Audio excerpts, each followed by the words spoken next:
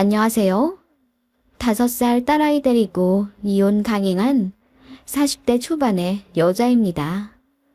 지금은 이혼한 지 5년이나 흘렀고 아이는 무럭무럭 커서 초등학교 4학년이나 되었어요. 저 역시 운이 좋게도 자리를 잘 잡아 지금은 월 500만 원 정도 벌며 잘 살고 있습니다.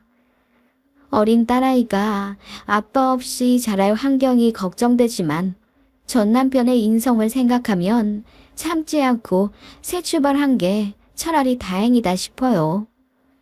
사건의 발단은 친정엄마 생신날이었지요. 장모님한테 생신 기념 용돈으로 10만 원 넣어드렸다고 고래고래 소리 지르며 저에게 뭐라고 했던 전 남편의 목소리가 제 가슴 속에 빗으로 꽂혀 있어요. 결국 그 10만 원 때문에 남편은 인생 전체가 꼬여버려 후회하고 있네요. 저는 2년 정도 사귄 한 남자와 결혼했습니다. 그 사람은 공무원이었고 저는 월 220만 원 정도 받는 중소기업 대리였어요. 지방인지라 월 220만 원 받으면 그래도 또래보다 잘 받는 수준이었어요. 수도권에서는 월 400, 500도 허다하겠지만 제가 살던 곳은 작은 소도시였거든요. 친구들 다 일자리 찾아 서울로 상경했을 때 저는 집 근처 중소기업에 지원했고 합격했어요. 회사가 승승장구하며 잘 컸고 저 역시 대리 직급을 달고 열심히 일하고 있으니 어느덧 나이가 20대 후반이더군요. 많은 분들이 아시겠지만 지방은 특히 결혼을 빨리 하는 추세입니다. 저 역시 회사 상사들의 결혼 압박을 굉장히 많이 받았고 가만히 있기만 해도 소개팅이며 선자리가 줄줄이 들어오던 상황이었습니다. 그즈음 엄마도 제가 혼자 있기보다는 짝을 찾길 바라셨고 저는 무료한 지방 생활에서 재미나 찾아볼까 싶어 한 달에 2번 소개팅을 하곤 했습니다. 이상하게 하는 연애마다 3달을 못 넘기던 저였는데 우연히 소개팅 자리에 나온 그 남자는 제 마음을 다 빼앗아 버리기에 충분한 매력을 갖고 있었죠. 그래서 사귀게 되었고 딱 1년 8개월째 되던 날 결혼식을 올렸습니다. 공무원이긴 하지만 안정적인 직업에 끌렸다기보다는 제가 그 사람을 참 많이 사랑했던 것 같아요. 왜냐하면 그 사람은 늦가기 합격생이라 모아둔 돈이 없었고 오히려 학자금 대출이 아직도 남아있는 상황이었어요. 반면에 저는 착실하게 돈 모아 현금 4천만 원에 아반떼 차량까지 하나 갖고 있었거든요. 게다가 당시 월급으로 따지면 제가 조금 더 많았어요. 그리고 결혼하고 나서도 쭉 맞벌이를 할 생각이었으며 제가 다녔던 회사도 작지만 비전 있는 회사였기에 저 역시 발전 가능성이 있었죠. 대기업, 약사, 돈 많은 자영업자들도 소개받았었지만 제가 그 남자를 선택한 건 그만큼 그 사람과 같이 있으면 재미있고 행복했기 때문입니다. 무엇보다 저를 끝까지 존중해주고 아껴주리라는 믿음이 있었고요. 결혼할 당시에는 거의 제 돈으로 다 했지만 당연하다 생각했습니다. 남편이 모아둔 돈이 없으니까 어쩔 도리가 없었으니까요. 내가 공무원이 늦게 됐으니 어쩔 수 없는 거지. 그래도 나랑 살면서 믿지지는 않을 거야. 나중에 연금도 같이 쓸 텐데 뭐. 나중에 자기가 내 연금 나보다 더 많이 써. 남편은 그렇게 이야기하며 너스레를 떨었죠. 저는 그게 남편이 괜히 미안하고 고마워서 그렇게 표현한 줄 알았습니다. 그래서 저도 좋은 게 좋은 거라고 생각하며 넘어갔지요. 그렇게 결혼 비용과 가전 가구 등을 제가 모은 돈으로 해결하고 집은 남편 명의로 대출받아 아파트 전세에서 시작했어요. 1억 2천 정도 되는 24평 소형 평수였고, 나중에 멋진 우리 집 꼭 장만하자는 약속과 함께 설레는 시작을 했습니다. 집 장만의 목표로 돈을 좀 모을 생각이었기에 아기는 신혼 3년 정도 즐긴 후 갖기로 계획했었죠. 하지만 이 무슨 운명의 장난인지 허니문이 생겨버렸어요. 남편이 굉장히 난감해 하더라고요. 은근히 지우자는 식으로 말을 해서 싸우기도 했었습니다. 저는 어찌되었건 소중한 생명이고 낳아서 지지고 볶더라도 키워야 한다는 입장이었는데 남편은 지금 아이 낳아서 키우면 우리 돈 하나도 못 모아. 우리 이사 가야지. 30평대로 가기로 했잖아. 너랑 나 아주 젊어서 조금 더 있다가 낳아도 돼. 현명하게 생각해야지. 라고 하며 저를 설득했어요. 하지만 양가 부모님들도 아이가 일단 생겼으면 무조건 낳아야 한다고 설득해서 결국 낳기로 했습니다. 남편은 자기 말을 안 들었다는 이유로 저에게 많이 화가 났습니다.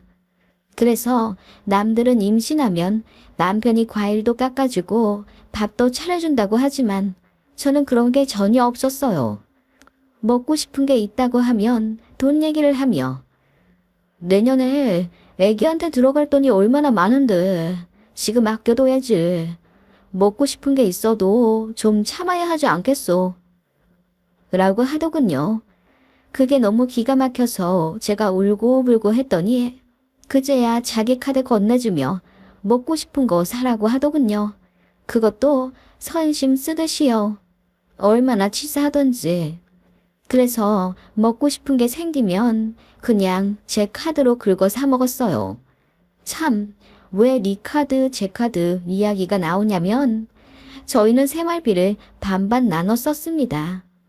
아파트 대출이자는 정확히 반 나눠 매달 입금했고 공과금, 마트 장 보는 비용과 생활용품 사는 것들은 각자 월급에서 100만 원 정도 빼서 공용 통장에 넣었어요. 그래서 남는 건 저축했고요. 그렇게 각자 월급으로 부모님 용돈이랑 쇼핑이나 친구 만나 쓰는 비용으로 하자고 한 거죠. 바보 같았지만 남편이 그렇게 해야만 돈이 모인다고 빡빡 우겨서 그렇게 했습니다. 제가 임신하고 나서 땡기는 음식은 마트에서 장 보고 난 이후라 개인 용돈에서 써야 한다고 하더군요.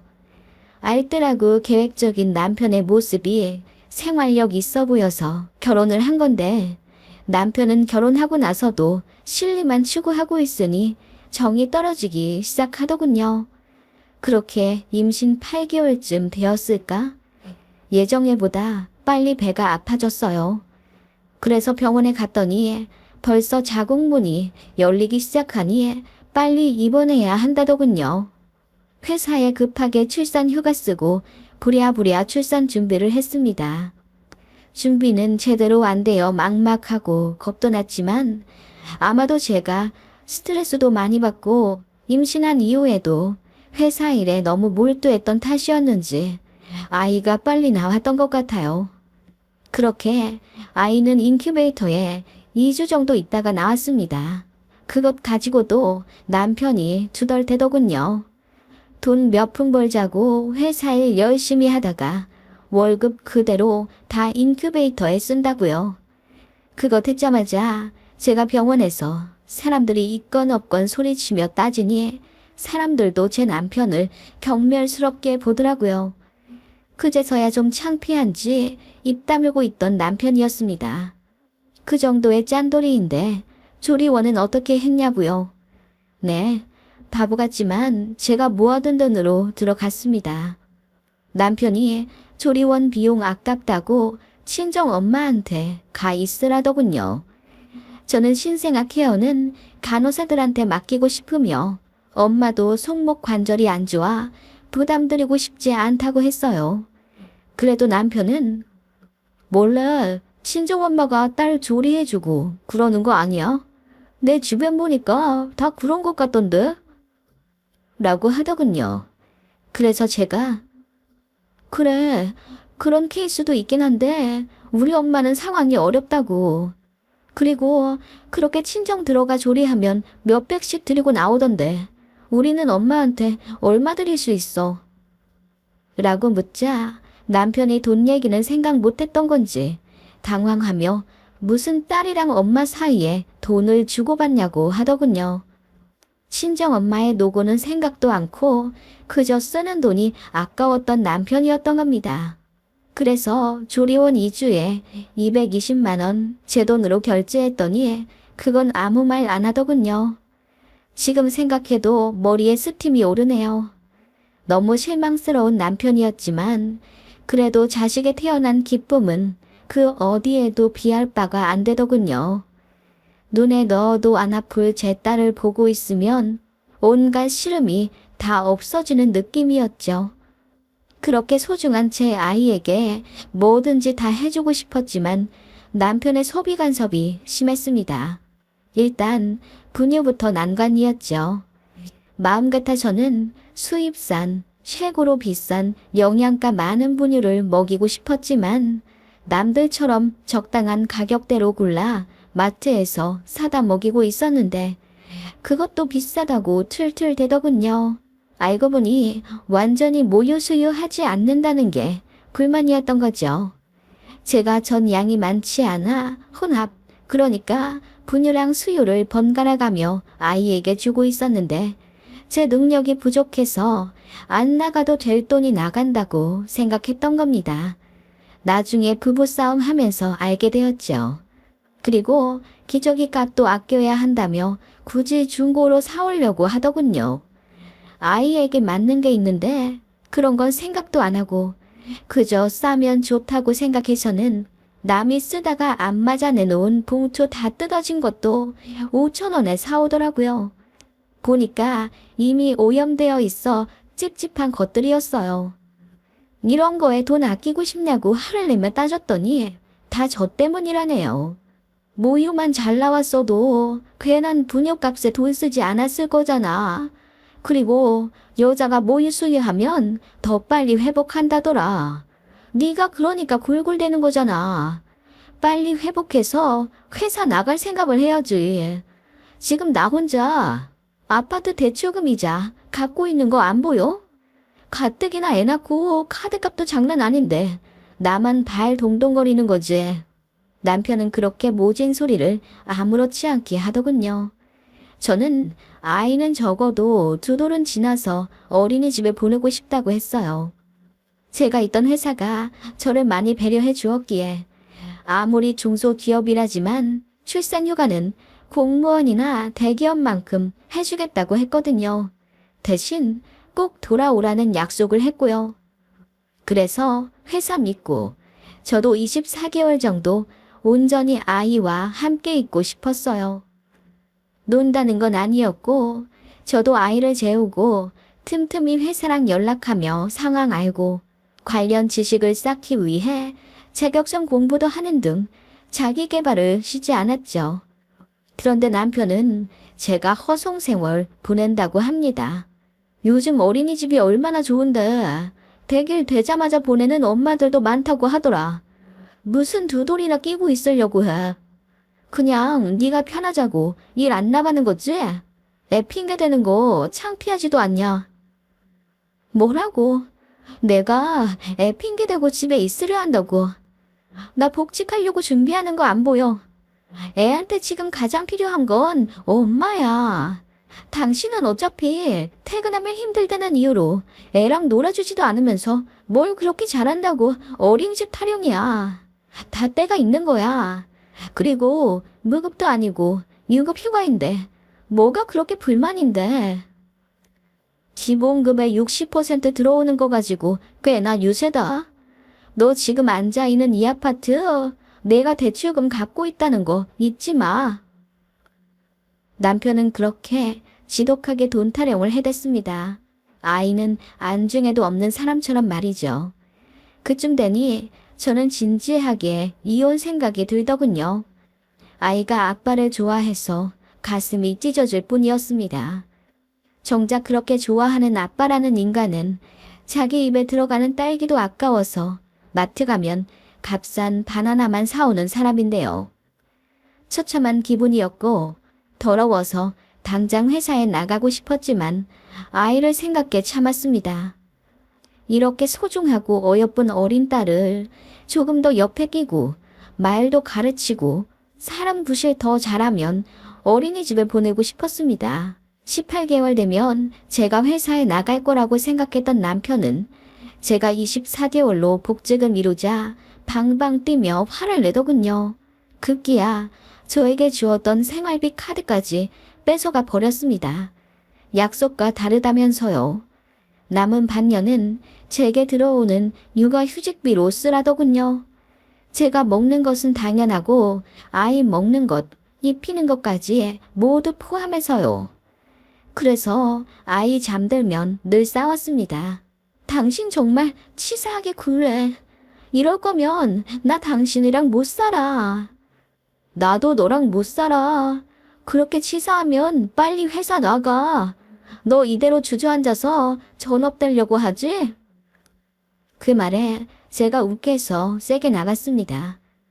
그래, 전업주부 하려고 한다. 왜? 이혼이라도 하게. 뭐? 전업주부? 나야말로 전업주부랑은 절대 못 살아. 어떻게 이 험난한 세상을 나 혼자 외벌이로 돈 벌어. 전업주부는 나중에 남편 연금 같이 받아먹을 자격도 없는 거야. 저는 그때 남편의 생각을 제대로 알았죠. 이 사람과는 백년해로 할 자신이 완벽히 없어지고 말았습니다. 처참한 기분이 들었고 밤마다 울었습니다.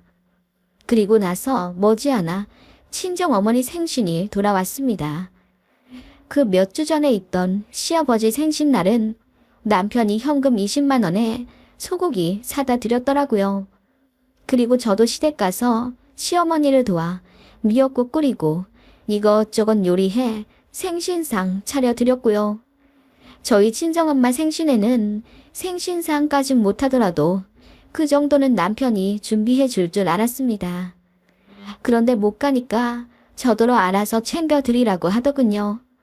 아마도 저랑 싸워서 기분이 안 좋아 그랬던 것 같습니다. 그래서 저도 똑같이 소고기 해드리겠다고 하니 남편이 선심 쓰듯 오케이 하더군요. 그리고 생신에 드리게 현금 용돈 좀 뽑아달라고 했더니 왜 제 돈 안 쓰냐 묻더군요. 용돈은 각자 돈에서 각출해서 쓰기로 했잖아. 작년에도 그리 했으면서 올해는 왜 나한테 달라고 그래? 정말 이럴래? 작년이랑 올해는 상황이 다르잖아. 내 육아휴직급여로 아이 간식도 겨우 사는 거 몰라? 나 돈 하나도 없다고. 그거야 네가 판 무덤이지. 그러니까 누가 전업주부 하래? 장모님한테 드릴 돈 없어? 뭐라고? 당신 정말... 저는 너무 어이가 없어서 눈물이 주르륵 흐른 채로 남편에게 화를 냈습니다. 일단 친정에 가긴 가야 했기에 그럼 10만 원이라도 달라고 했어요.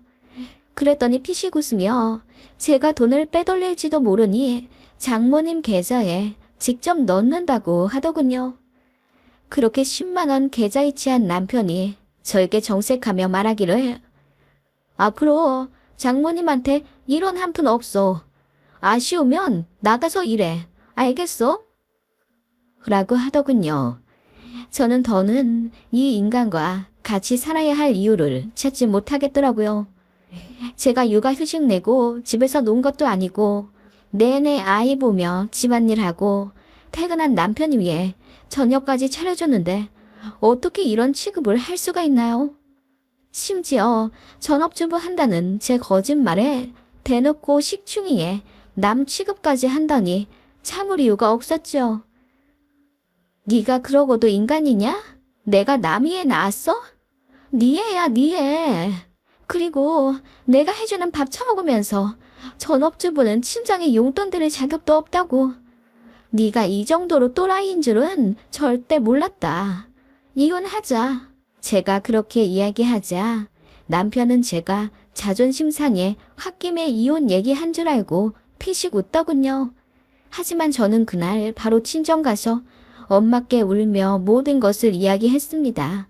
죄송하지만 이혼해야 할 것 같다고 당분간 친정집에 들어와 살아도 되겠냐 물으니 엄마도 펑펑 울며 참지 말라고 하셨어요. 이럴 때 쓰라고 아빠가 유산을 남겨준 거라며 이혼해도 아이랑 같이 살 집 하나 해줄 순 있으니 걱정 말라 하시더군요. 그렇게 저는 집으로 돌아가지 않았습니다. 대신 협의 이혼 서류를 그 인간 사무실로 등기보냈죠. 남편은 제 서류를 받자마자 전화를 걸어 이게 무슨 경우냐, 당장 돌아오라 노발대발하더군요. 저는 시부모님께도 모든 사실을 알렸습니다. 남편이 절약하고 꼼꼼한 줄은 알았는데 지 새끼 낳은 부인한테도 일이 짜게 굴 줄은 몰랐다고 구구절절 이야기했더니 시어머니가 창피하다며 우시더군요. 아버님은 얼굴 시뻘개지며 뒤로 넘어가려 하시고요. 그리고 제 앞에서 남편 불러서 마구 두들겨 패시더군요. 저는 그런 거 보려고 시댁 온 게 아니라고 했습니다. 어차피 제 마음은 정해졌고 이제 양육권과 양육비 협의만 하려고 온 거라 시부모님 도움이 필요하다고 했죠. 양육비 얘기가 나오자 남편 눈빛이 돌변하면서 저한테 돈 한 푼 주기 싫으니 양육권을 가지겠다 하더군요.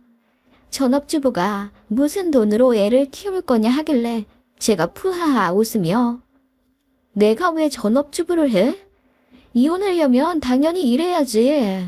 나 복귀하기로 했어. 라고 했더니 남편 얼굴이 불그락불그락 하더군요. 그 인간은 끝내 이혼에 협조 안 해주더군요. 그래서 소송 걸었습니다. 양육비를 한 푼도 안 주겠다고 난리치길래 골치가 아팠는데 그간 제가 열심히 아이 키우고 가사일하며 성실히 가정 꾸린 증거.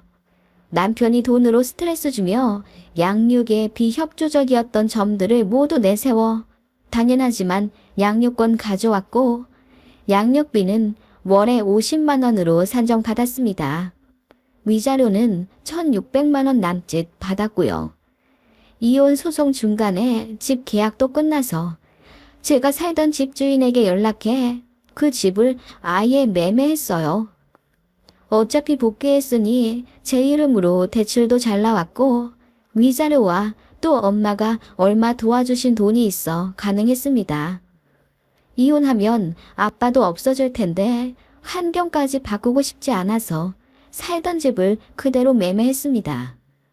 제가 이 집을 샀다고 하며 남편 얼굴에 매매 계약서를 보여주자 얼굴이 허옇게 질리더군요. 그렇게 집장만 한다고 박하게 굴더니 나 먼저 집장만 해서 배알 좀 꼴리겠네.